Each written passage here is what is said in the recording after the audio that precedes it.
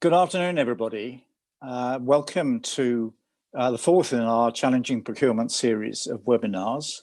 It's a pleasure to have so many of you already signed up. I think we had 140 people, and we're looking forward to talking to you and also engaging with you through the course of the seminar.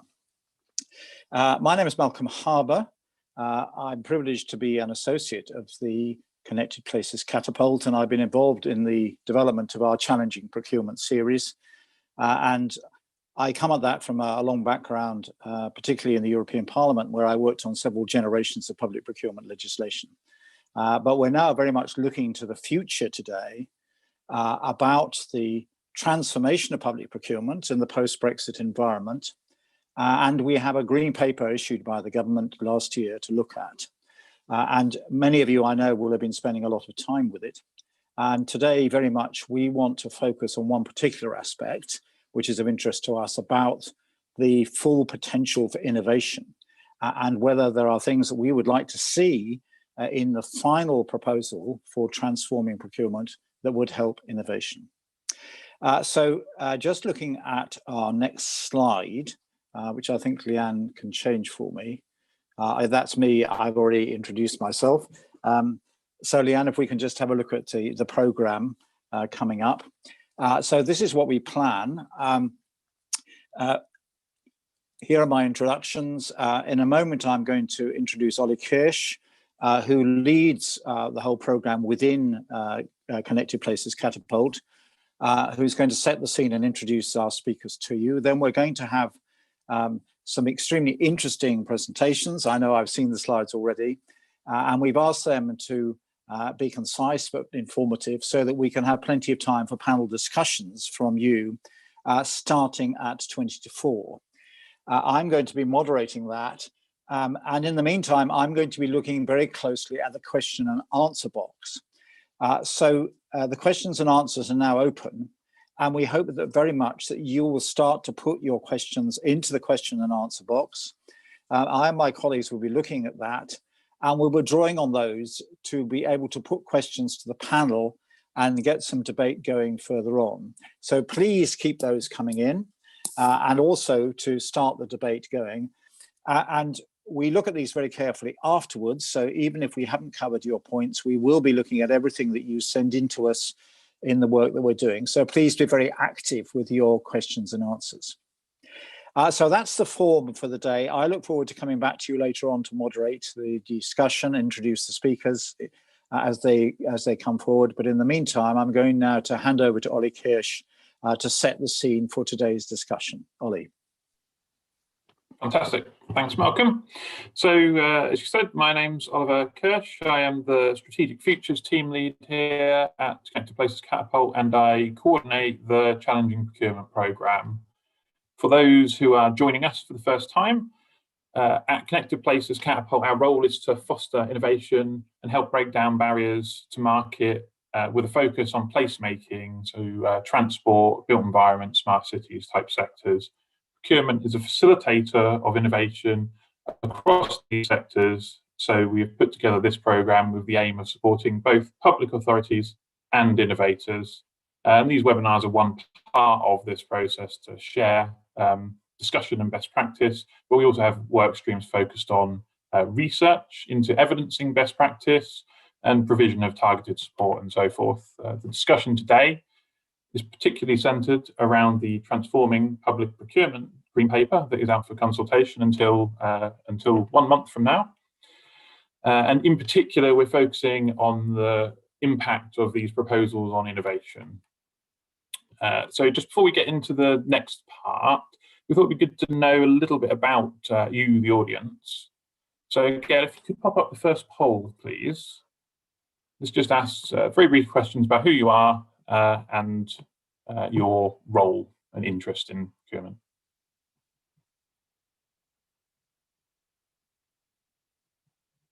We just give that 1 minute and then we will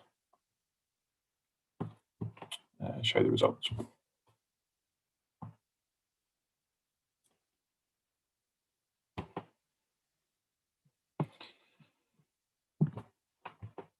Excellent. Okay, Gail, if you were able to pop up the results. we have a real mix across government of all forms, as well as innovators and academia. That's great to see, and probably a little more of an emphasis on the procurement practitioner point of view, which is great. I think that's really in keeping with the theme of today, and I'm sure that our speakers will bear that in mind as we go through the discussion. So if we hop to the next slide, please, Gail. I'll briefly introduce each of our three very esteemed speakers today.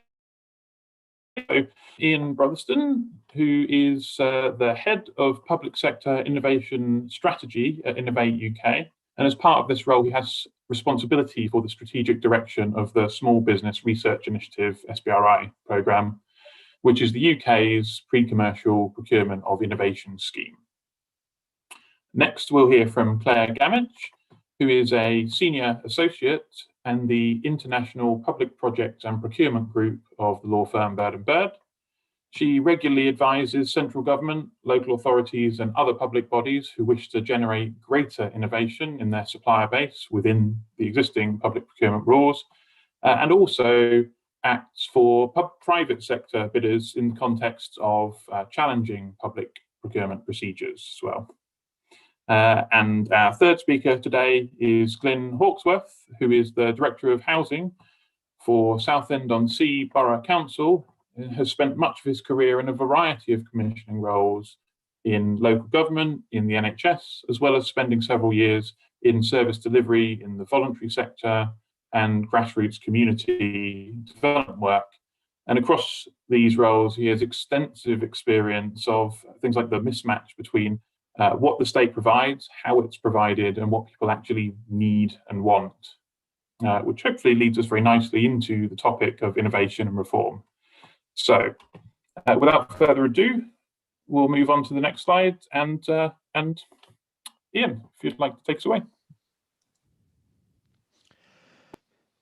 Good afternoon, everyone. As Ollie has introduced, my name is Ian Brotherston, Head of Public Sector Innovation Strategy at Innovate UK. Yeah, next slide, please. Let's crack on into the presentation. So I'm not going to dwell too long on any of my slides. This one's quite wordy, some are very pictorial. But in the current situation, we've got lots of procedures available to people, including innovation partnerships and design contests, which is where in the main innovation is supported in the current procurement process. As noted, I have strategic responsibility for something called Small Business Research Initiative, which Innovate UK looks after for UK government. It is modelled on the American SBIR system, which I might come back to later. Notice that SBRI sat outside the regulations, so many people who used procurement weren't even aware it existed. It is a pre-commercial procurement. It did 100% fund R&D services, or still does. It is mentioned in the Green Paper, finally at paragraph 91, because it's outside the current procedures, it wasn't there. It was supported by the Commission and operated under treaty principles. I'll go to the next slide, please. This again, another very wordy slide, but I think the quote at the top, at the heart of a successful pre-commercial procurement is establishment of a technology contest between suppliers based strongly on defined unmet need, is a key for us to consider as we go through almost the rest of today, the rest of this session. Particularly those last few words on a defined unmet need, particularly in the pre-commercial procurement. Certainly at the procurement innovation, that gets turned around a bit, but still the strongly defined piece makes things much clearer for everyone to go in. I won't go through the rest of that slide. You'll be getting a copy of the slides. This is mainly about pre-commercial procurement and SBRI. But if you go to the next slide, this slide is, in some respects, it's the pictorial version of the previous slide. But I think there's a key piece here I want to bring up. And this is the continuum of pre-commercial procurement into the procurement of innovative solutions. That where we are currently is that we have a boundary between the two. That boundary has been a contentious issue. People like Malcolm and myself have had debates, and various other peoples, about where things like SBRI fit and work well, but SBRI has a firm boundary between the pre-commercial side and then the procurement of the solution, where you have to, at the end of SBRI, you have to go into that. Innovation partnerships were an attempt to go through that boundary, but people have different views of how well that works or otherwise.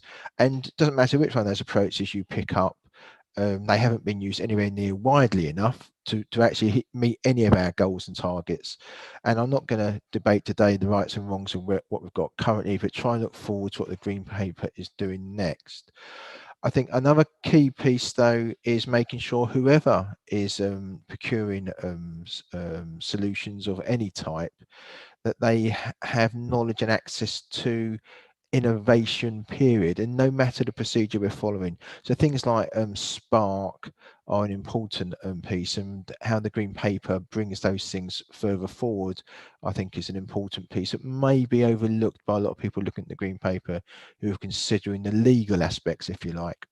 So procuring innovation, what it might look like. This slide is actually based on something that the Cabinet Office team very much sent to me.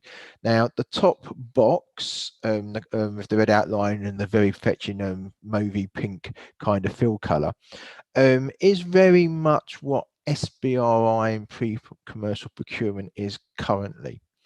And in some respects, no surprises for those of you who have been involved in an SBI or pre-commercial procurement. And again, I won't read all the boxes. I think it's all fairly explanatory. You get a copy of this later. But I do draw your attention very much to that arrow that's circled the purple on the left-hand side, where this goes from what, just for the purposes of this particular slide, is called phase 2 and phase 3. We don't worry about those particular numbers. That was that contentious interface on the previous slide.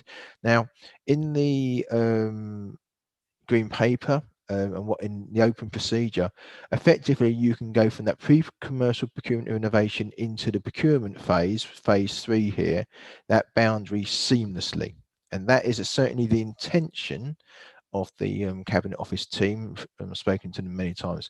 Whether that's 100% clear in the Green Paper, I think I'll leave to others to answer. And of course, the devil will be in the detail of how, if this move forward, the outcome of consultation, etc. But really, the intention certainly is to ease that piece from pre-commercial procurement through to procurement. But for innovation period, should be a more straightforward way of working. So if we go to the next slide, please. So I've rattled through this. This is my last slide. So we think that the Green Paper and the new procedure and procedures in some aspects are positive, trying to bring everything together.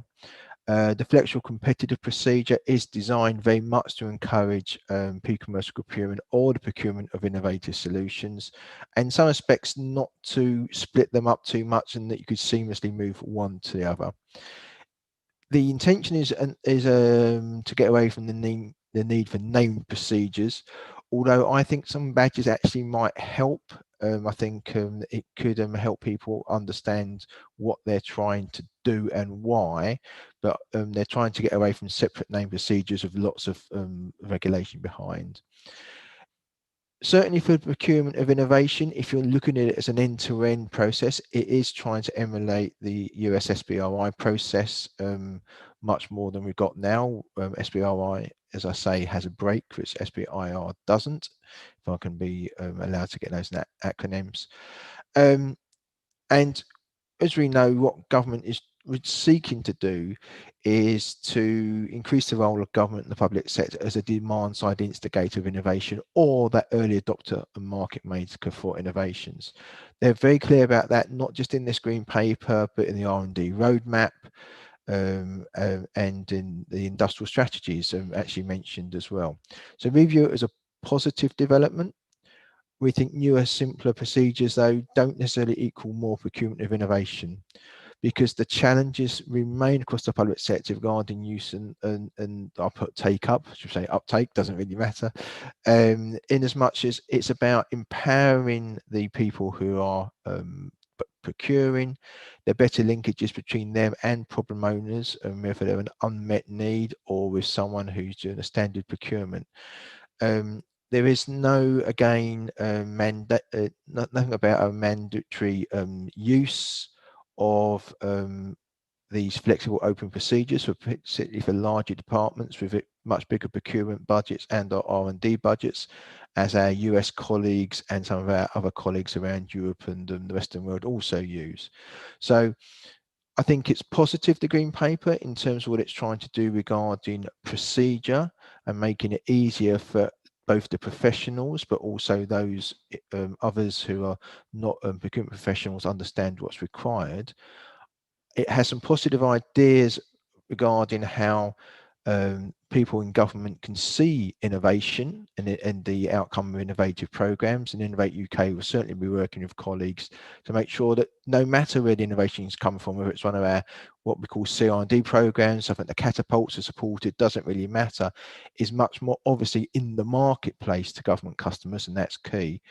But we think that some of it doesn't address fully, even allowing for the questions, some of the greater challenges around just the use of these new procedures, even if they're easier to use. So that's I think all I wanted to say. I think my final slide is probably just a closing slide. So yes, thank you very much for listening to me, and I look forward to taking part in the round table after my fellow presenters. Thank you very much. Fantastic. Thanks, Ian. That's great. And as you mentioned in passing there, we will be sharing all of the slides, all of this content, including a recording of today's session to all of the attendees at the end. So rest assured with that. I noticed that we have some questions starting to filter through from the Q&A tab, but I would, of course, encourage people to continue adding to that as we go through to our next speaker, which is Claire Gammage. If we could move to the next slide, please. Thanks, Ollie. My name's Claire Gammage. As Ollie has already introduced me, I'm a senior associate at Bird & Bird. We're a law firm, and I specifically advise public sector clients in terms of structuring procurement processes, obviously in compliance with the law. But what I also do is try to help them achieve other objectives, such as encouraging greater innovation from the supplier base and how they may go about doing that within the realms of public procurement law. If we just move to the next slide, please. Today, I thought it'd be quite interesting to talk about the Green Paper from the perspective of a procurement lawyer. So apologies, this is very sort of legal focused, my presentation. And I think what I would say is it's very encouraging from an innovation perspective in terms of the contents of the Green Paper.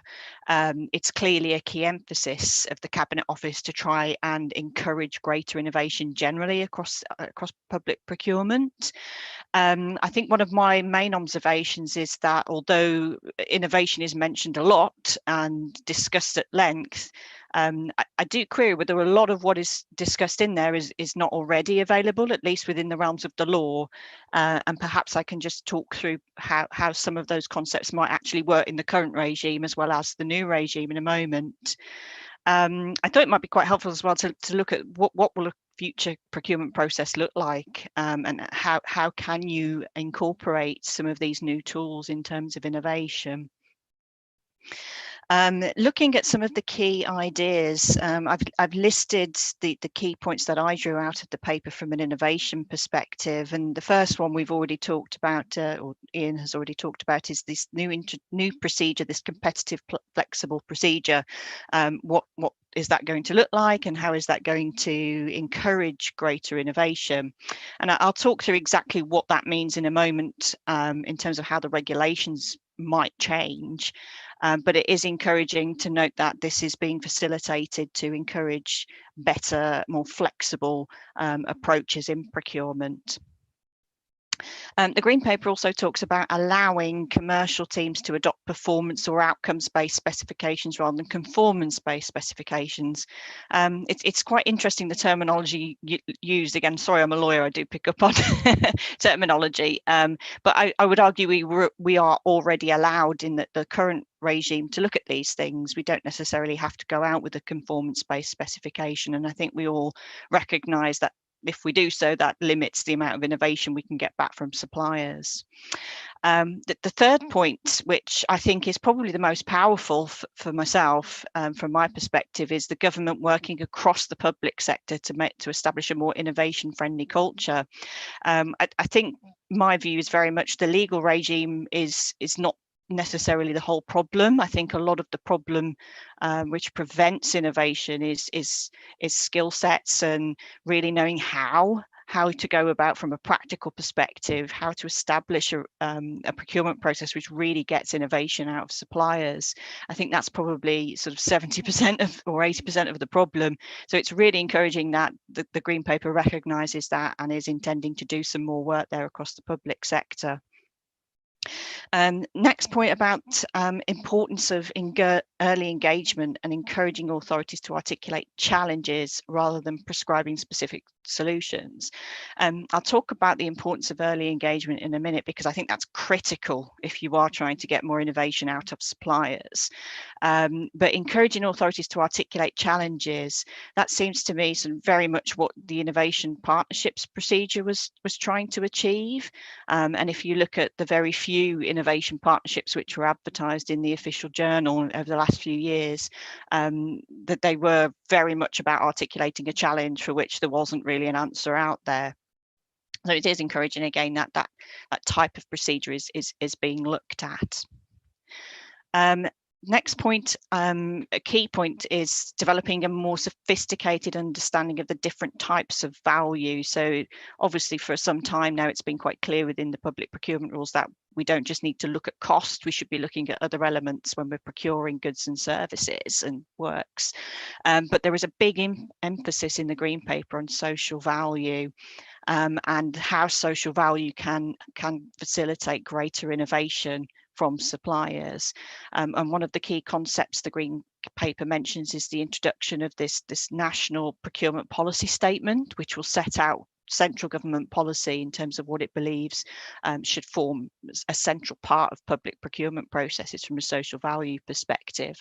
And I think it mentions COVID-19 recovery probably is going to form one of those first key principles in that statement. So it'll be interesting to see how that pans out. It also talks about innovation labs and multiple supplier collaborative solutions. Again, I think there's probably there's nothing legally preventing anybody from doing that at the moment. But what is interesting is there is mention of having a power within the public procurement rules to enable an authority to modify a public contract due to innovation. I don't quite know what that means. Unfortunately, I wasn't involved in that conversation with the Cabinet Office, but it's certainly interesting, and perhaps overcomes one of the barriers at the moment that a lot of authorities face, in that suppliers want to innovate and authorities want to be able to purchase that innovation, but the contract itself is quite rigid. And it is a key principle of public procurement law that contracts can't really be modified after they've been executed. So it'll be interesting to see what this new ground for modification looks like, but I do think there will be some parameters around it. It certainly won't be a free-for-all, and there will be a threshold at which I imagine the regulations will say, I'm sorry, but you have to go out and run a fresh procurement process at this point. And finally, there is also mention of pre-procurement processes, which again, we do have at the moment, and it'll be interesting to see if there'll be some more work in that regard. And it mentions pre-procurement processes related to R&D award. And again, I did wonder, is that basically an innovation partnership, but in another name? So it'll be interesting to see what that looks like. Just go to the next slide, please.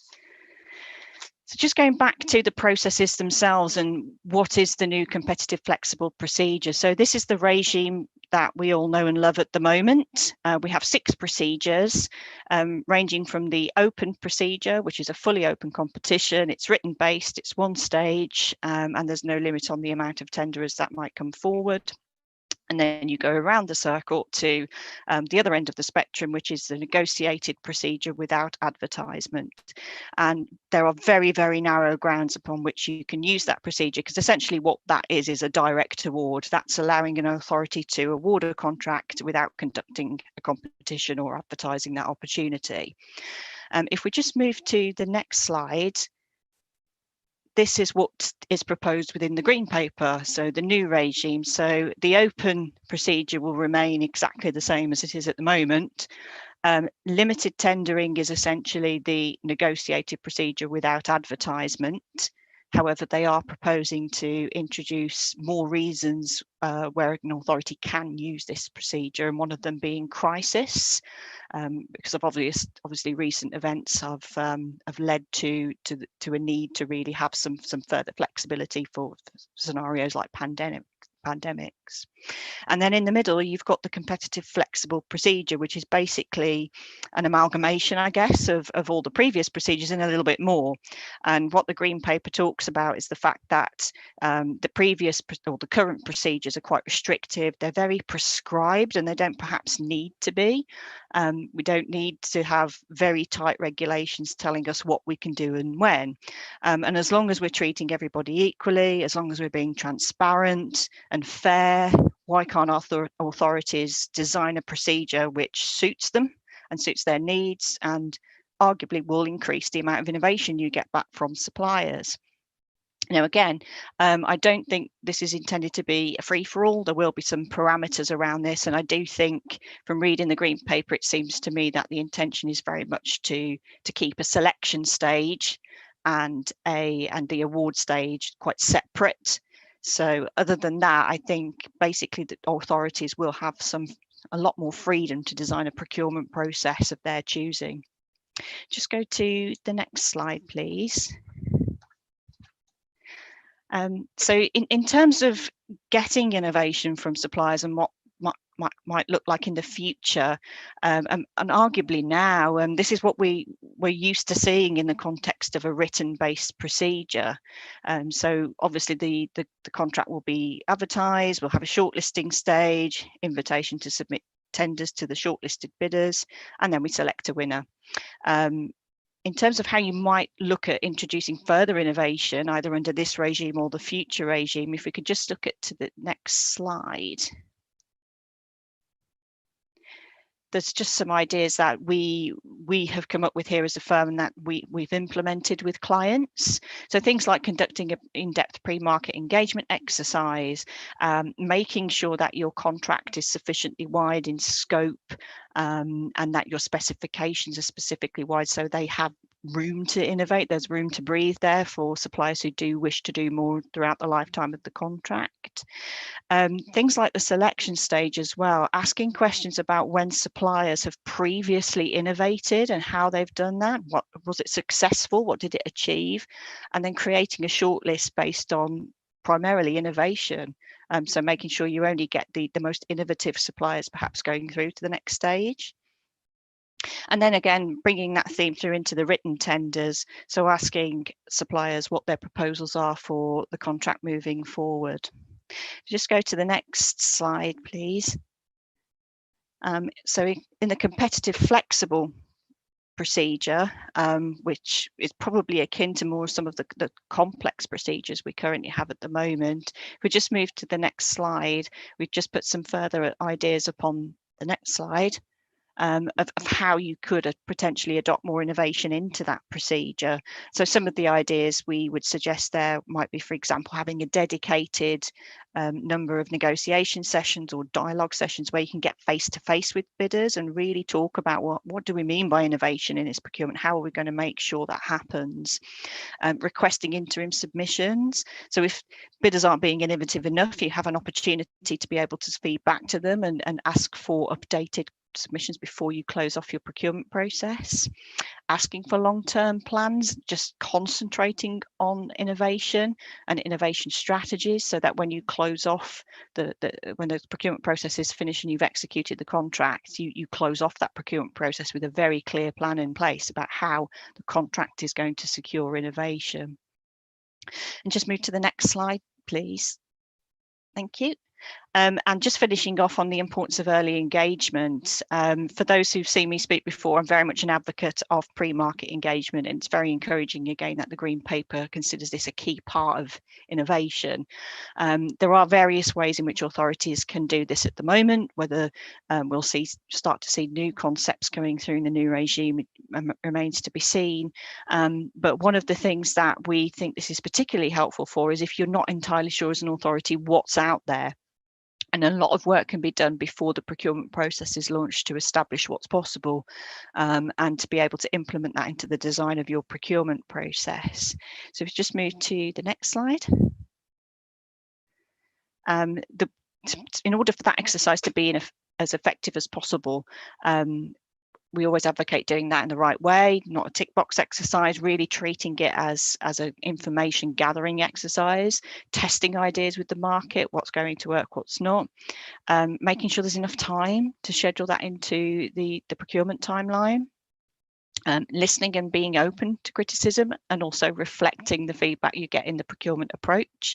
I think it's a common criticism of suppliers that they try to articulate ideas and feedback to authorities, and they don't necessarily always see that in the design of the subsequent procurement process. So that is quite key, I think, to building the confidence of bidders and the bidder market. And just moving to the next slide. If you are interested in the Green Paper, there's a few things we're doing at the moment. One of them is we've published a comparison table between the current regime and the proposed new regime. And if you find me on LinkedIn, you'll see a link to that comparison table there. That might be quite interesting if you're just interested to see what the Green Paper says generally, and you don't want to read through the whole 78 pages. And we've also got a couple of events coming up which might be of interest. So tomorrow we're actually speaking with Sue Arrowsmith. She is one of the leading academics in public procurement law, and she's going to talk about some of the proposed changes in the Green Paper. And then we're going to follow up with a seminar dedicated on procurement challenges on the 18th of March, and we have Sarah Hannaford QC as a guest speaker. And that's everything from me, Ollie. Thank you. Perfect. Thanks very much, Claire. That's really helpful. There's a great basis for the discussion that I'm sure is coming up. And there's already a couple of common threads, I think, between points that both Claire and Ian were making. So I look forward to digging into those. But before we get there, our next speaker is Glyn Hawksworth. So I'd love to allow him to speak now. Thanks, Oliver. Hope everybody can hear me. Further to Oliver's earlier introduction, I thought it might be helpful to kind of pad out a little bit who I am and why I'm here, not least because of, I guess, the kind of imposter syndrome that I might be experiencing a little bit at the moment. That being because I am not an expert in procurement in any way, shape or form. And therefore, I guess some people might argue that there might have been more suitable candidates to have asked to reflect here today on the question which I was posed, which was, will the Procurement Green Paper lead to more innovation? So why was I asked? So I am Director of Housing, as Ollie has indicated, but I've spent a lot of time in my career working with outcomes-based commissioning, working with lots of different community groups in lots of different settings. And I guess I've recently stepped into what is often referred to as kind of place directorates, having spent most of my working life in what people refer to as people directorates. And I guess it appears I've brought something with me which is not necessarily the norm, and that's that outcomes-based thinking, which is a little bit different to the kind of contractual thinking which many colleagues might possess, and which perhaps is sometimes simpler from a commissioning perspective. So as I say, I was asked to consider, will the Green Paper make a difference? It struck me as a good question. It prompted me to go away and read the Green Paper, which I confess, as a non-procurement expert, I wasn't even aware of, despite the fact that I am frequently involved in procurement via my commissioning roles. So I started to think, will it? And I think I've reached a view. And I'm really pleased to say that lots of what Ian and Claire have referenced already chime with some of my thoughts.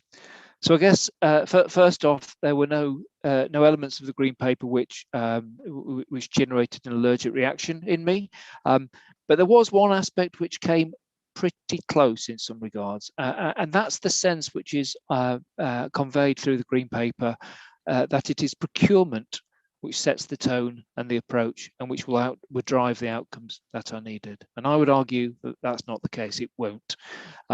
So don't get me wrong. I was delighted to see a small handful of mentions of outcomes-based approaches. That's fantastic. That it's becoming part of the lexicon more frequently. But I was really dismayed to see only 2 mentions of commissioning in the whole 80-odd pages of the green paper.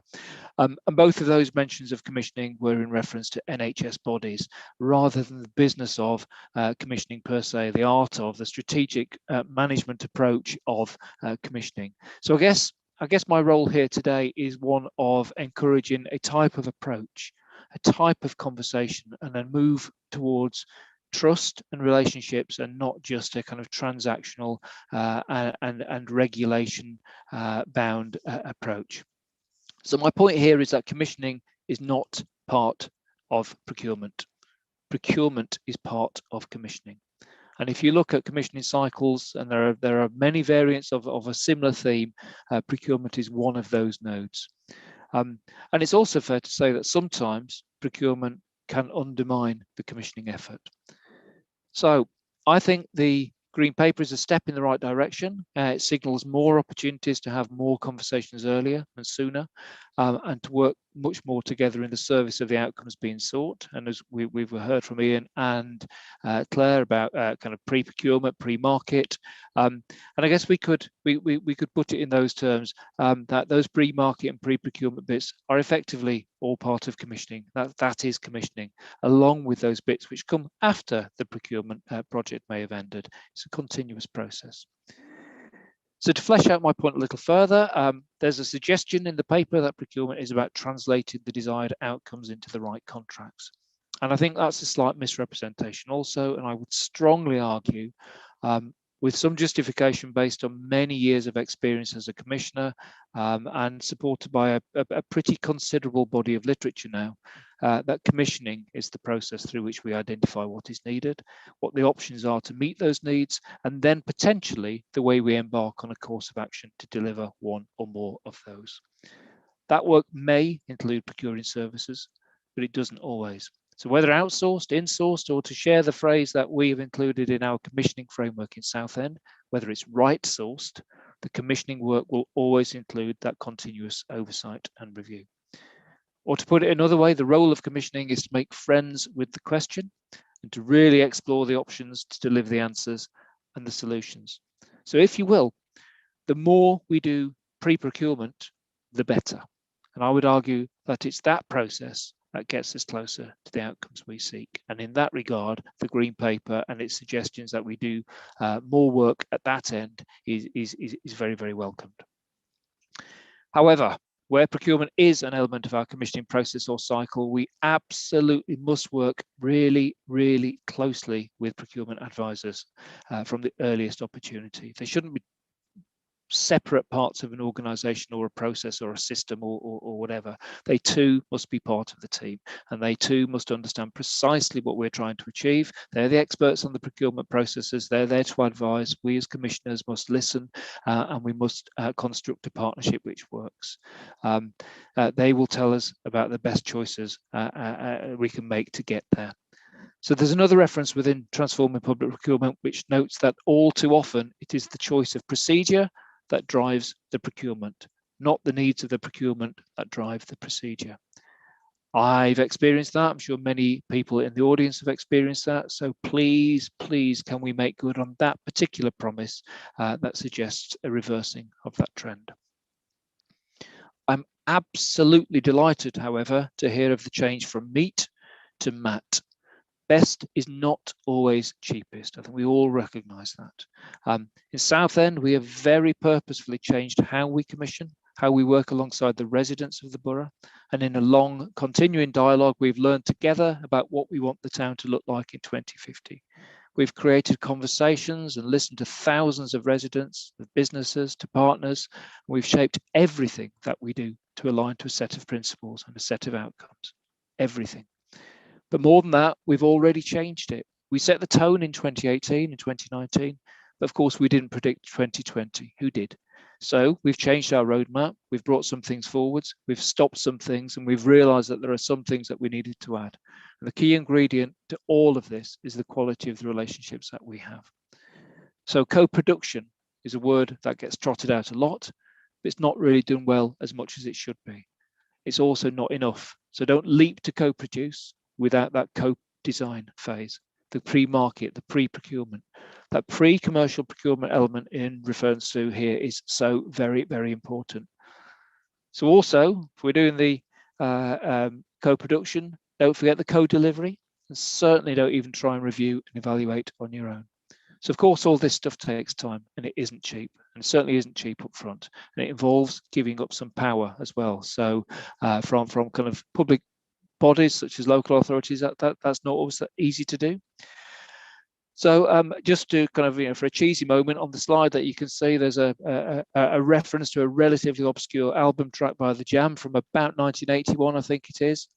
Partly to note the fact that the sea in Southend-on-Sea is really the Thames estuary, and I guess also partly to show my age. But anyway, I thought I would call upon another 1980s music reference, this time from the Smiths. So meat is murder. So for outcomes-based approaches to create and deliver innovatively, cheapest is definitely not the best, or very, very frequently at least. I've never experienced it where doing something the cheapest and quickest way is going to get the answer. There's a staggering statistic included early on in the paper where it states that almost £300 billion of public money is spent via public procurement. So small wonder that we are risk averse.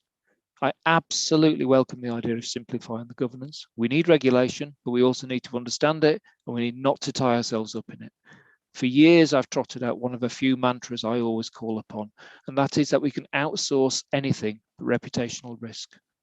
If we are to innovate, to drive towards complex outcomes-based programs of work across our towns and our cities, then we need to be bold.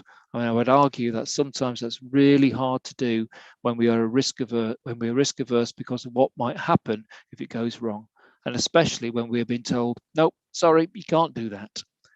So the risk of not hitting the outcomes we need to meet because we take a very conservative approach to our commissioning and procurement is arguably greater and more costly than being bold, but maybe not quite achieving what we wanted, but learning an awful lot on the way with which to assist our future endeavours, our future conversations, pre-market and pre-procurement. So, in summary, my points are that procurement cannot be separated from the broader work of commissioning and must absolutely align to the direction set by commissioners. There are some cultural shifts we need to make in order to become more innovative. The suggestion that this skill set and the need for this approach will be one of the emphases of the public procurement work in the Green Paper is very, very welcome. We must be bold and not tie ourselves up in red tape, and I absolutely welcome the proposals to simplify the world of procurement for those of us not skilled in it, but who very, very often rely on it. And finally, if we are to innovate, relationships are absolutely key. So work at those, develop trust and mutuality, and better outcomes will follow. And procurement will absolutely play its part in helping us to meet these. Thank you.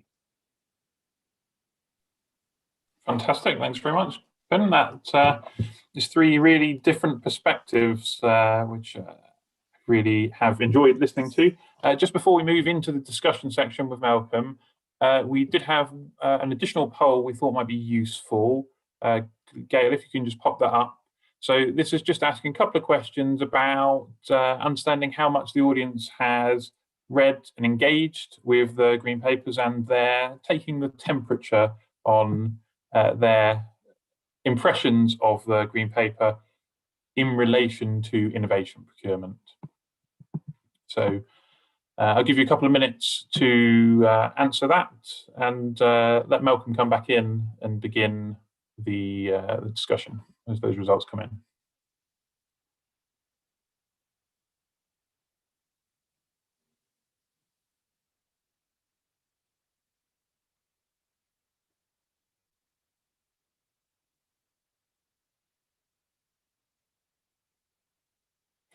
Okay, maybe Gail, if you pop the results up.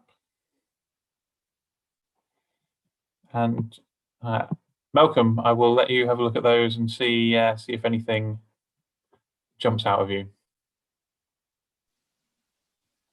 Just coming up now, I think. That's it. Yep.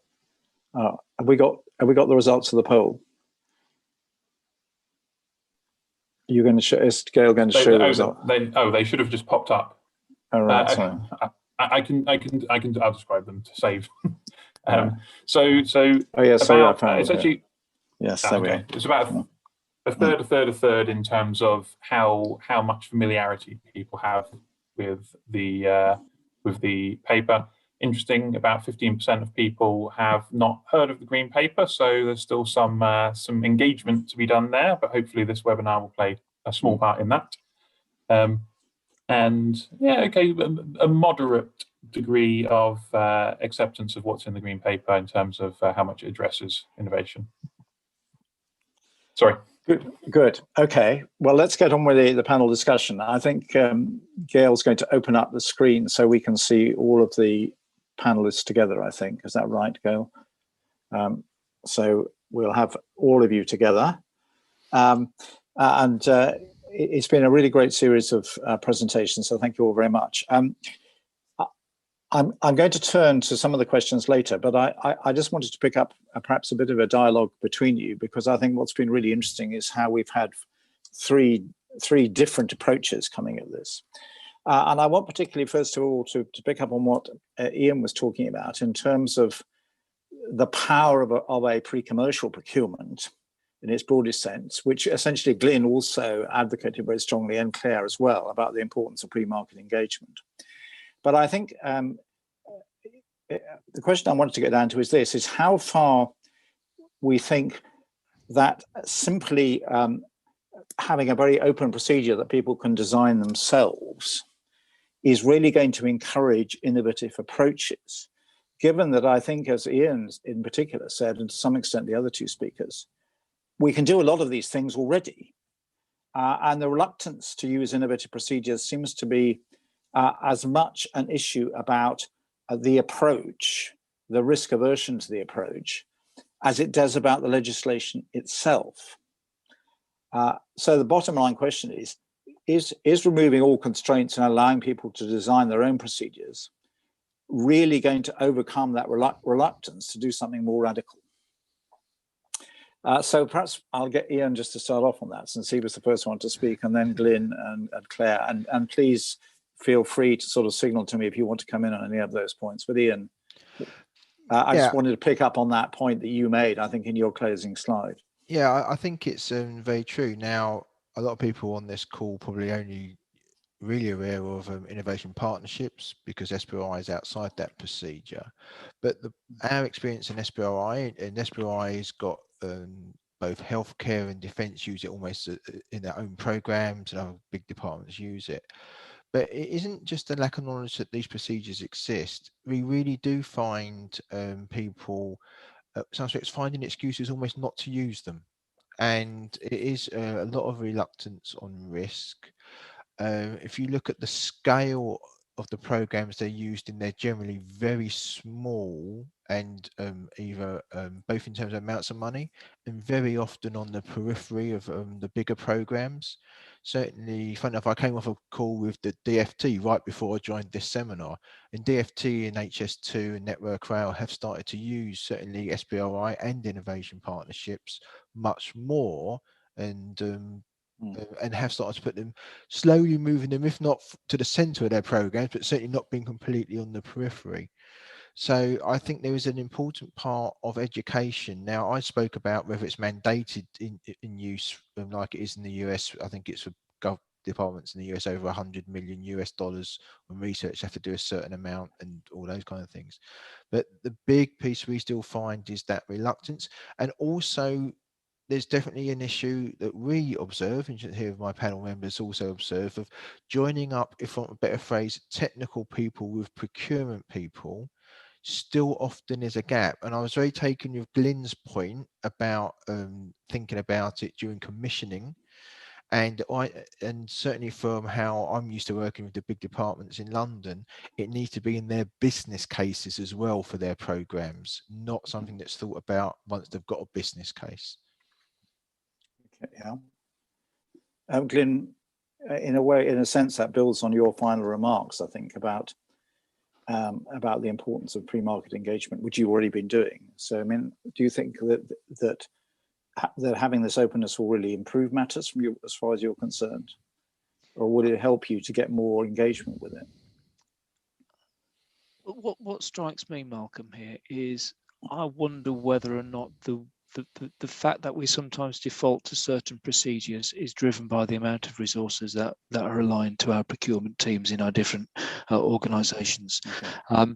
And, you know, I would dearly love in my work to have more longer term, closer relationships throughout different programs of work with my colleagues who are procurement experts.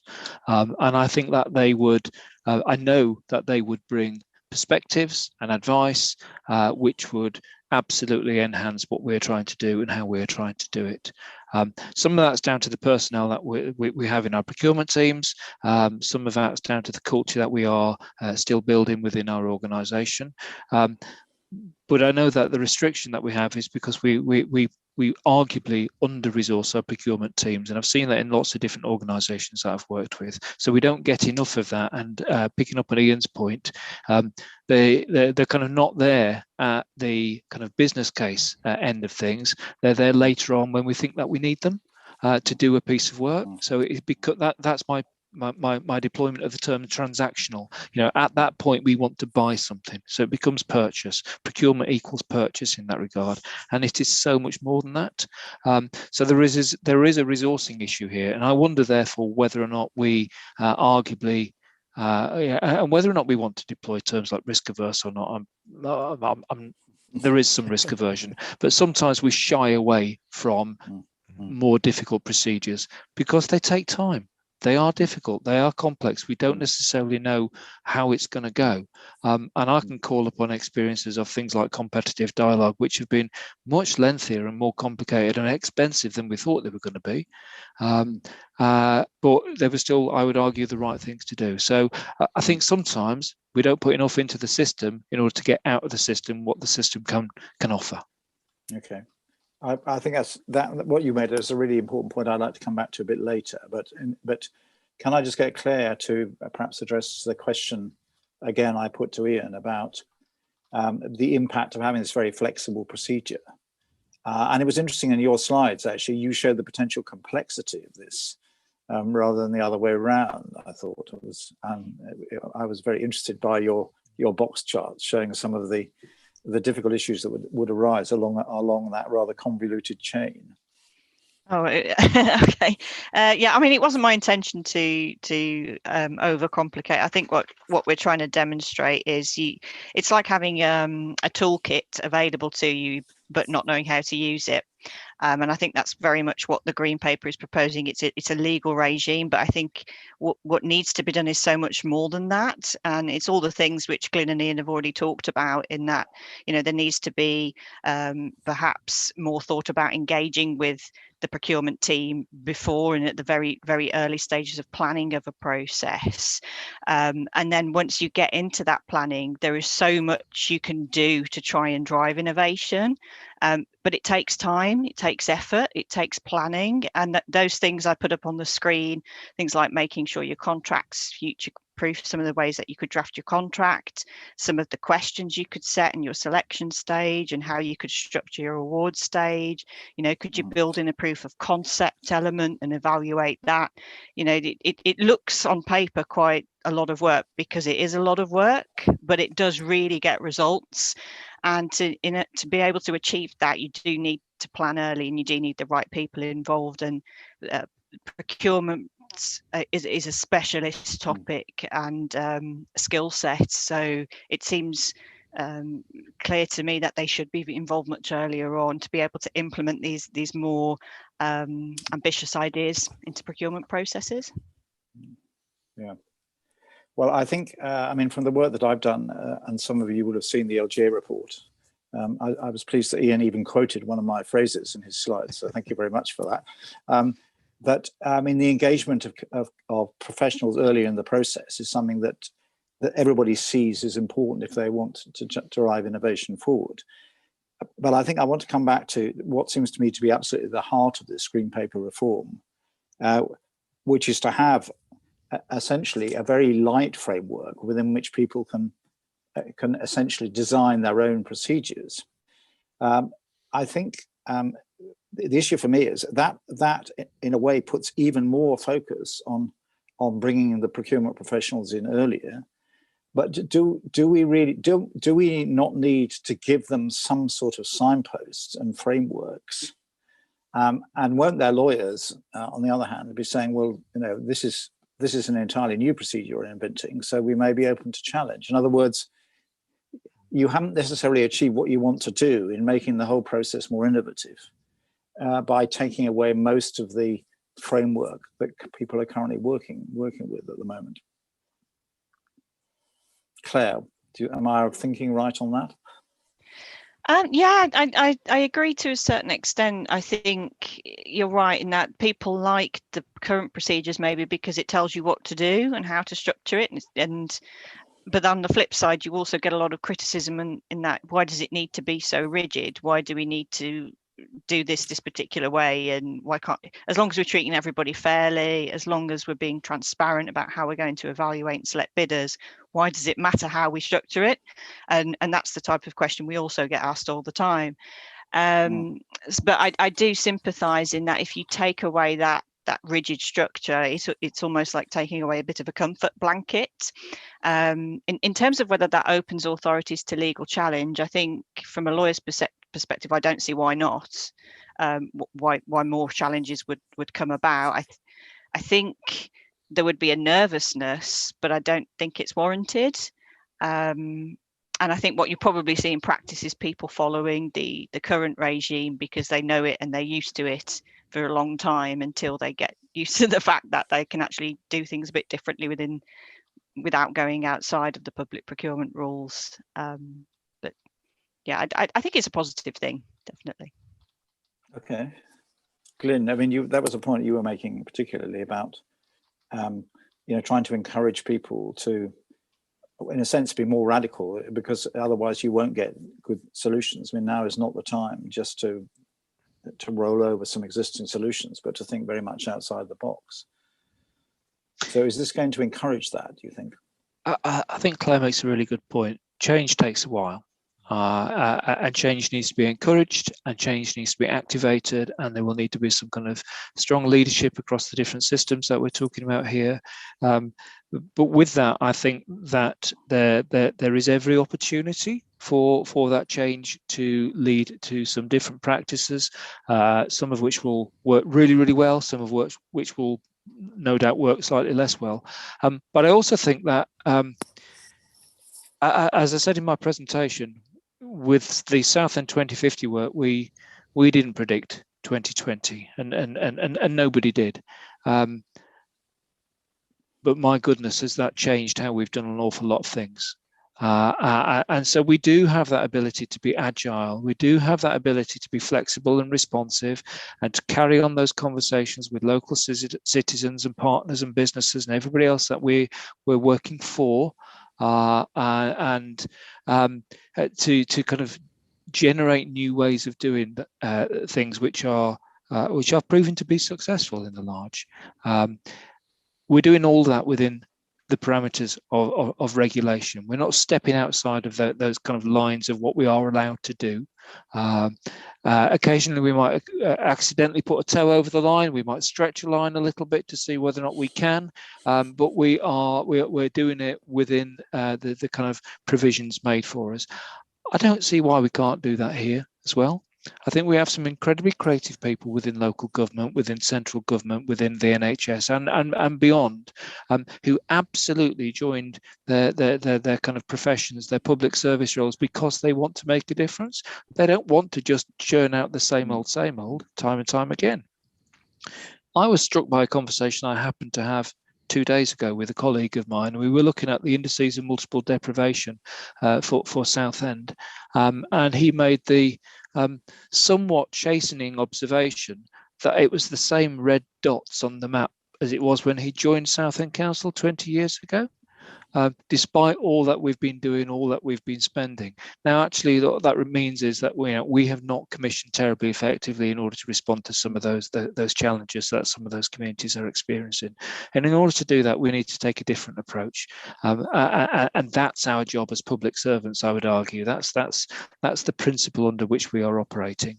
And I think this green paper is one of a number of encouragements we need to go and do that and to act differently.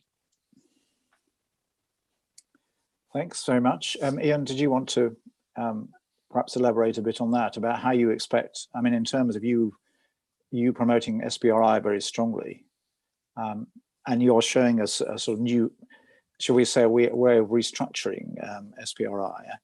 I mean, do you think that there should actually be some sort of guidelines or framework to bring that about?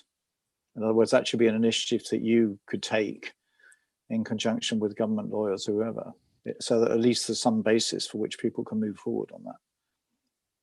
Well, yes, absolutely. Certainly myself, been working hard with Bayes colleagues to see how we could get further into government and Cabinet Office colleagues. I think an important aspect of this isn't just whether it's SBI, help, whatever the new procedure becomes, innovation partnerships, doesn't really matter. It is that thing about building up the understanding.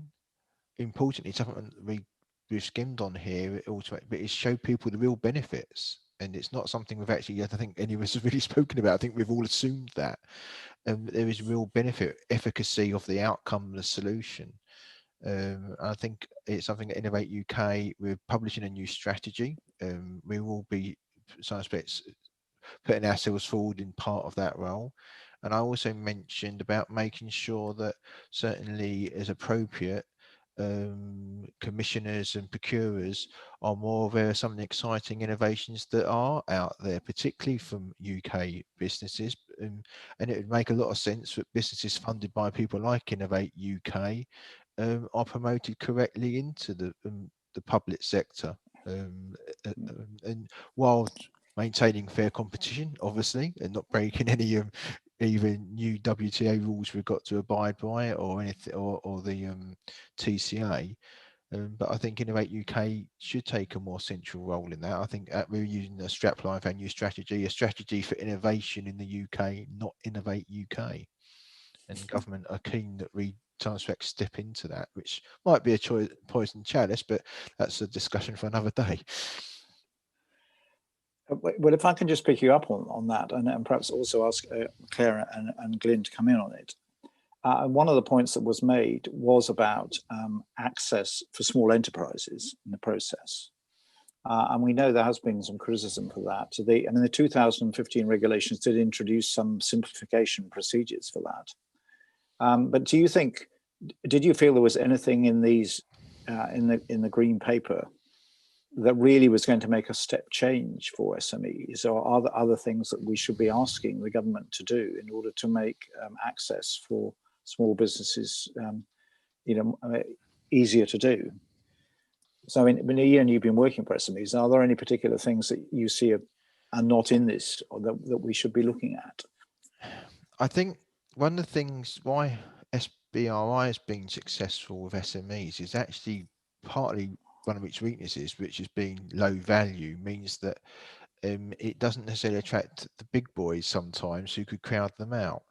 I think one of the things that we've got to try and do is make frameworks easier to get onto if they're going to exist, and get those barriers, if you like, down, while being sensible, again, making sure that we can protect the public. I think there's also a piece around just how we promote the opportunities. And again, I'm not talking about schemes, I'm now talking about promote what is going on in the procurement world, period. And as was mentioned earlier, 300+ billion a year. there's no reason even a tiny percentage more of that going to SMEs for innovation or otherwise could make a huge difference.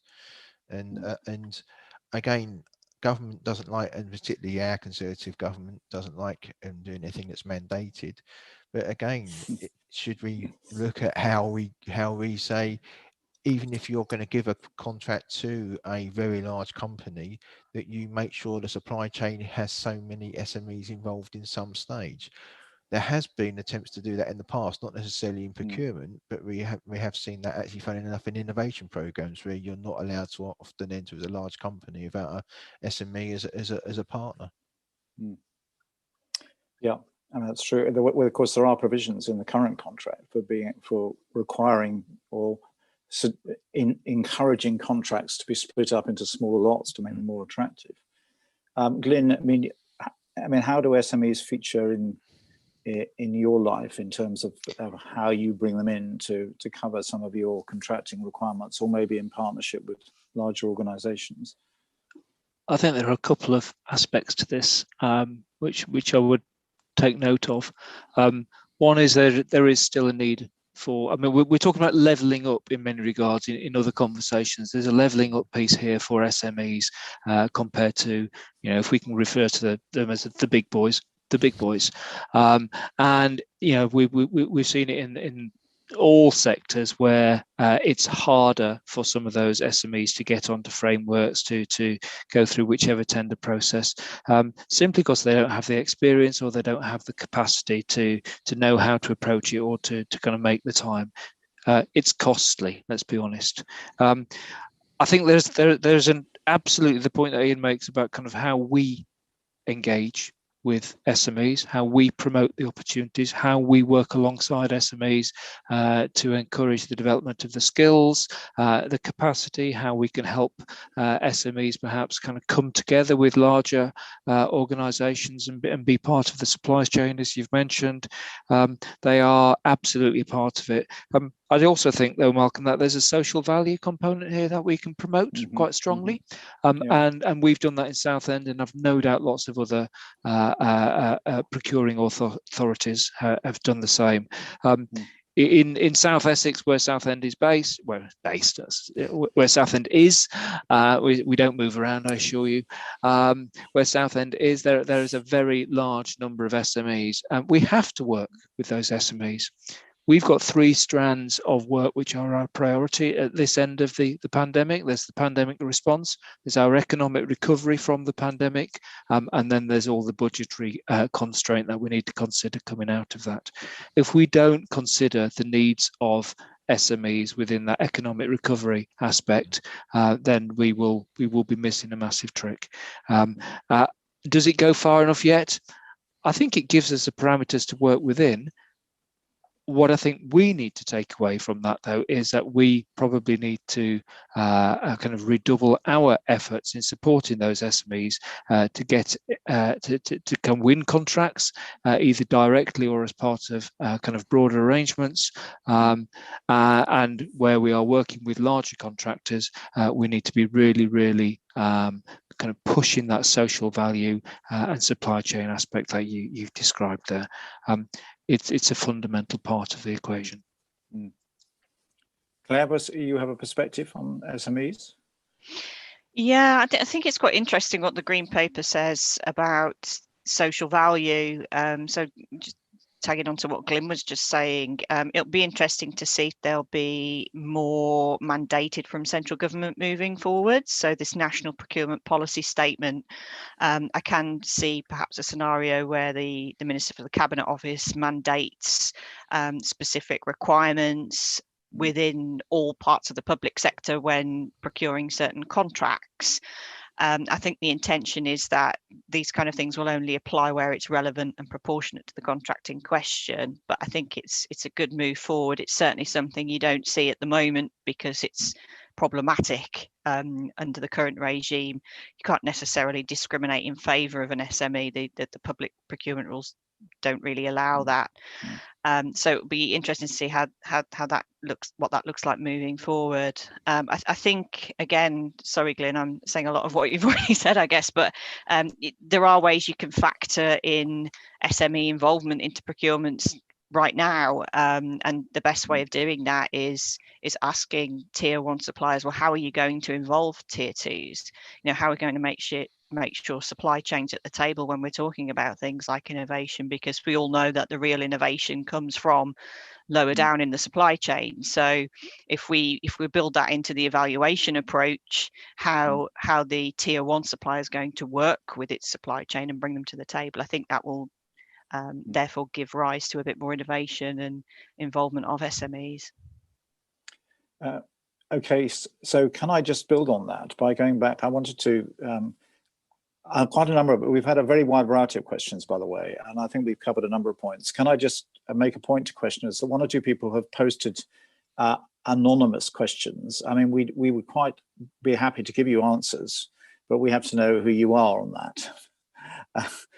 So anyone who's submitted an anonymous question who'd like us to comment and send an answer back, you can always add your name to that. But I wanted to turn to an aspect that hasn't really come up so far around innovation, but is quite an important new element of this proposal, which is the so-called supplier capability assessment, which seem to introduce quite a lot of new elements of the customers essentially having to monitor, measure, and publish the performance of their suppliers as a sort of basis for selecting fewer suppliers.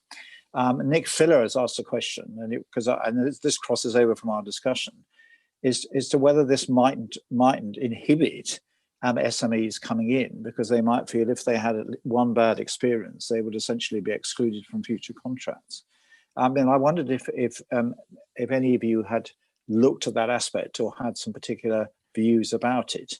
I mean, I was going to start with you, Claire, because it seems to be a new element of the proposals, and it shows, by the way, how comprehensive these proposals are, because they're not just about innovation, but there seems to be a crossover here. Yeah, I mean, I've seen the reference to it in the Green Paper. I'm not wholly clear. It talks about the link to the outsourcing playbook and making sure that suppliers have the requisite financial health and capability before entering into a contract. I don't think that's necessarily a new concept.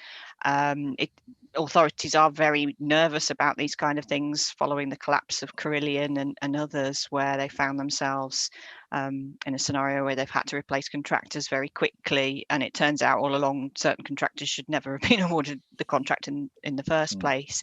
And I think that is a bit of an obstacle for the SMEs. There are clearly going to be certain contracts which require a requisite level of financial strength, which some of these SMEs will never be able to meet. So it's a question of, how do you involve them? Okay, they might not be the tier 1 supplier, but how do you make sure they come into the supply chain somewhere? And I think that is achievable. In the way the suggestion I just made, in terms of making sure they have a seat at the table. But I can't see anything in the Green Paper which talks about anything potentially new and in comparison to what we have now. But I'm happy to be open to discussion on that. Did either Glyn or Ian have any views on that? Ian? Yeah, I'd like to come in there. I think there is a danger in that idea proposal, but I understand why it's there. I think proportionality, like all things, and I guess that's why we're in the consultation phase here. I think something which a weakness of where we are currently with pre-commercial procurement, which often where an SME is sometimes the organisation that comes up with the best, it's got the solution. One of the barriers we currently hit is how they go from the proof of concept, fine, maybe to demonstrator, mid-scale, or let's say 100 to 300 units, whatever it may be, all of a sudden to, okay, brilliant, we want that, we now want 10,000 units. And that is sometimes an issue the SMEs face. It's something that I know my team is looking at, and certainly when we've been working with some of the bigger users in terms of SBRI, your HS2s, your network rails and the like, that is one of their issues of using these schemes. But the flip side of that is something like SBRI, where at phase 1 you might have 10 SMEs get their proof of concept funding, you might get five taken through to demonstration phase, is that those SMEs don't necessarily have to sell to the public sector to have got the benefit of being being funded, if that makes sense. They have a solution that's all been proven to some level. They might well sell off to the private sector and not necessarily to the public sector. So we got to not throw the baby out of the bathwater here and try and make sure SMEs are still in. I think we've got to make, again, this comes down to a partnership working between the public sector, the SMEs, potentially other financial organisations to help these businesses grow and scale, which is one of the key things. We don't want a situation where we encourage SMEs so far and then say, well, that's great, but now you're going to have to work with the prime, the tier 1, which might not be the best thing in the long term for any of our interests. So we need to, but this is something, again, it's across all the players in the public sector, in London, in Westminster, in Southend, doesn't really matter where it is, to make sure that we can get more SMEs growing and scaling via this kind of work. So circling back around to your original question, that proposal needs to be proportionate, I think, and needs to consider where in a process you need that level of assurance. I mean, I think what you're saying is that this needs to be, I mean, this is as much a part of sort of innovation and support policy as it is anything to do with procurement legislation or anything else. And I mean, we've had 1 or 2 interesting questions about the lack of integration, in tackling big projects, in bringing people into that whole process. And if it is genuinely a new innovation, then and you want to scale up someone, that you will need some external sources of funding. That's an issue that I know that we're very interested in as in CPC, as you know, and actually helping companies to do that through our incubators. Glyn, from your perspective, did you have anything to add on this particular? I think it's all been covered, really. But the word you've just used right at the end there, Malcolm, I think is an absolutely key one. And that's our role in incubation, in supporting growth at the kind of right scale where it needs to be. And I think sometimes we, as and I speak from a local government perspective here, but I'm not sure that we always have the skills that we need to do that effectively either. So maybe we need to invest in our own capability assessment there, and make sure that we are good procurers, good commissioners, good kind of economic recovery advocates within our own communities in order to support those SMEs as well as we are able to, such that they can play their part as fully and properly as possible in the innovation that we all require. Good. Well, we're moving towards the final 10 minutes. I think we've covered a very wide range, and the sun is setting, by the way. This is why I'm now appearing in bright sunlight, because I hadn't realized what a nice day it was going to be. So the sun is about to drop over my horizon locally, so the sun will be out of my eyes. But so I wanted to ask each of you to perhaps give us 1 or 2 key takeaways that you'd like us to think about for this. Ollie is going to do some conclusions at the end, but I'll also include him in the final roundup also. And he also has some closing polls for us. But I mean, so I just wanted to give each of you the opportunity perhaps to reflect from your own perspective. And if you were like us thinking about writing a response to the Green Paper, I'm not asking you to give us an exact recommendation, but what might you like us to consider? So I'll start with Glyn. I think we'll go in reverse order of speakers, and I'll give Ian the final word on that, and then I'll pass over to Ollie. Glyn. Thanks, Malcolm. So I guess there's something which is coming through from the conversation, which is about procurement as part of something much bigger and longer, and the need for those kind of relationships to be forged and nurtured, and the strengths collectively gathered. So it's something about journeying together, I think, on this, and making sure that we invest in the capacity to do that is something that I would both reflect on as a takeaway for me, and perhaps that's also the message back in terms of what we want the Green Paper to advocate for us on, which is the need for that collective strength, not seeing procurement as something separate or something which is stands alone. Okay. Good. We might do what we. I mean, we agree with that. I think it's a question of how you do that in terms of policy or legislation, which is the core of the discussion. Yeah. Claire. Thanks. I think that the two key takeaways from me is it's an encouraging framework. It gives a lot of potential, but I think for it to work, it's much more than a set of legal reforms. It has to be supported by an intensive package of training and support from central government in order to work. And I use the analogy of it's like having a very expensive drill in the shed and not knowing how to use it. There needs to be a package of support around it, I think. And it sounds like that might be on the cards from some parts of the Green Paper, but it's not exactly clear at the moment how far the government are intending to go in that regard. And at the moment, there's a lot of procurement policy notes issued, and I'm not sure how helpful they are from the practical sense, but again, improving the quality maybe of some of the guidance out there would be helpful as well. And I guess the second point is just making sure that those who have the procurement skill sets and know how to use these tools are involved early. And I think that will be the only way we can maximise the potential to innovate, is having enough time to plan and prepare and draft documents in such a way that we maximise these tools. Okay. Ian.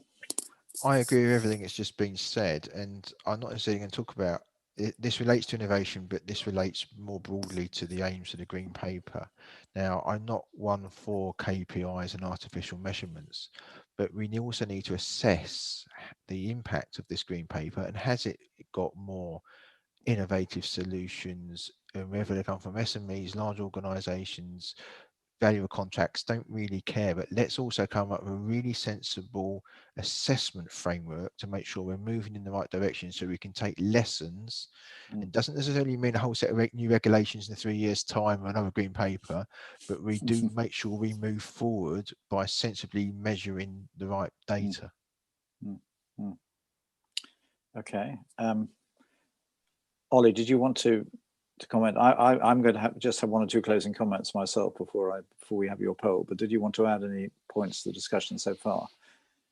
I think that, just to reiterate, that there's clearly opportunity in this Green Paper. We've touched on a lot of really interesting aspects of that, but that sitting right next to that and right next to the culture change questions that we're talking around is that there are many things that maybe SMEs would argue at the moment that they would like to see done differently, that are possible to do differently already, but are not done. That increase the cost and challenge and complexity of them bidding into these processes.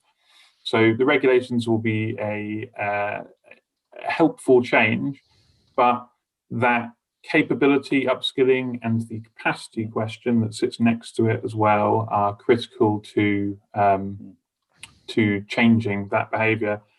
And so seeing more detail on what all of that broader picture looks like is critical. There's loads of detail that would be fascinating to discuss as well about the interface between transparency, which is given new emphasis in this paper, and innovation, and the fact that those two things have an interplay, which is currently part of regulations, but maybe there will be new angles cast on that as we explore new freedoms. But I think that wider culture change is probably the key point for me. Well, thank you all very much. I mean, just a couple of reflections from me, having lived with the original, the 2015 regulation, studying it closely. I mean, I think what's really been striking so far is that the regulations, in terms of delivering a transformed attitude and a change of innovative culture, which is what this Green Paper promises, I'm not sure that I was ever convinced when I read the paper, nor from the discussion today, that changing the law really is the answer. I think there are some improvements that we can make, certainly, and probably the government will want to go ahead and make those. I mean, Glyn talked interestingly about the change from MAT to meat, but actually what the paper says is that MAT is merely a definition of meat, which I and others were responsible for bringing in the first place. But it strikes me that many public procurers, I mean, aside from not using things like public pre-commercial procurement, are not using all the provisions they have in their current tendering specification, in the most economically advantageous tender, to, for example, get a more environmentally friendly solution or adding more social value. In other words, the provisions and flexibility is already built into the current procurement process and not really being exploited at the moment. They're being underused. So so whether simplifying the framework is the way to go, or whether we need to provide more guidance, and in some ways ensuring that legal matters don't intrude too much, but actually we can design the sort of partnerships and longer term approach that all of you are supporting, seems to me to be the principal challenge, and that won't necessarily be one legislation. And I'm not sure that the fact that the government is proposing, nobody really picked this up, but the government is proposing to have some sort of oversight committee and specifying some public interest objectives that it wants us, all the procurers, to achieve. Well, I mean, my argument is that they can do that already if they want to, within the current framework. So I think there's going to be quite a lot of very interesting outcomes that will be driven through from this. But I think it's very healthy that we're actually having this debate to begin with, and it will continue.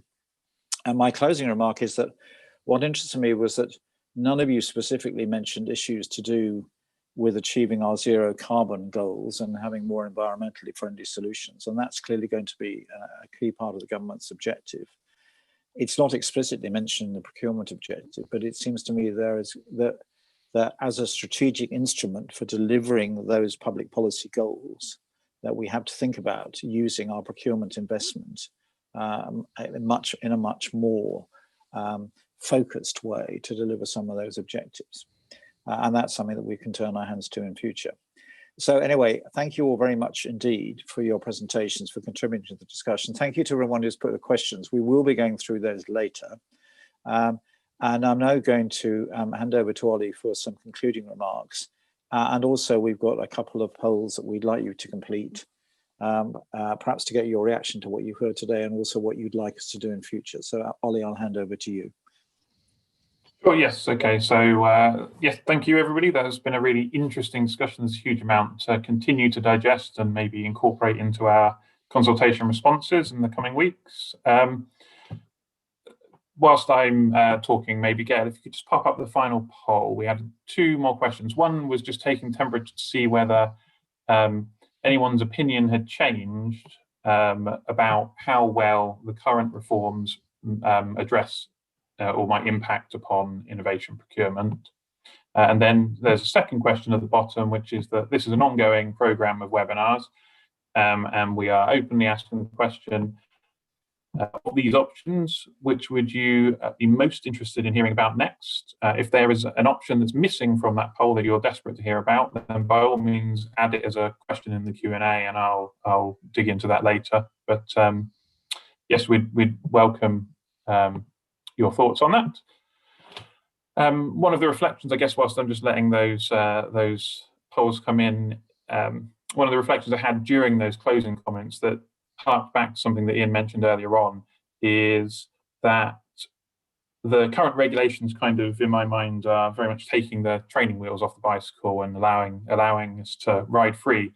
But with that and the removal of many of the defined procedures that we have become used to, there's maybe an absence of naming and narrative, and as Glyn's comment on the difference between meat and MAT, whether or not there's a substantive change in the guidance, the name matters, and it draws your mind in a different direction. And I think that what will come next to all of the issues that we've been describing is the need for a new and hopefully more nuanced parlance around how we conduct all of these activities. So yes, that will be to be discovered, I guess, by us all collectively. So Gail, if you pop up the results, please. A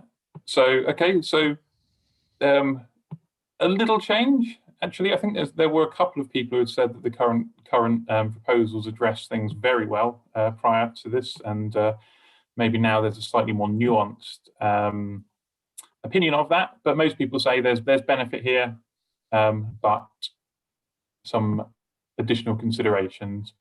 And in terms of future topics, social value comes up strongly there, alongside SME. So I guess that is nice to hear that follows on directly from the themes that we have been touching on in this discussion. So we'll take that into account and let you know via our mailing list about how we progress further. Gail, do you want to just pop up the final slide, which is just to mention that you have a series of other upcoming webinars and events that you can engage in, many of which are addressed at our SME colleagues. So you're welcome to join those. Here we go. As I said earlier, we will be circulating the slides and a recording of this session later today. If you attended, you'll get that automatically. So we look forward to that. Thank you very much. The next session in this series is on the 10th of March, and we will let you know about the details of the subject matter and speakers in the very near future.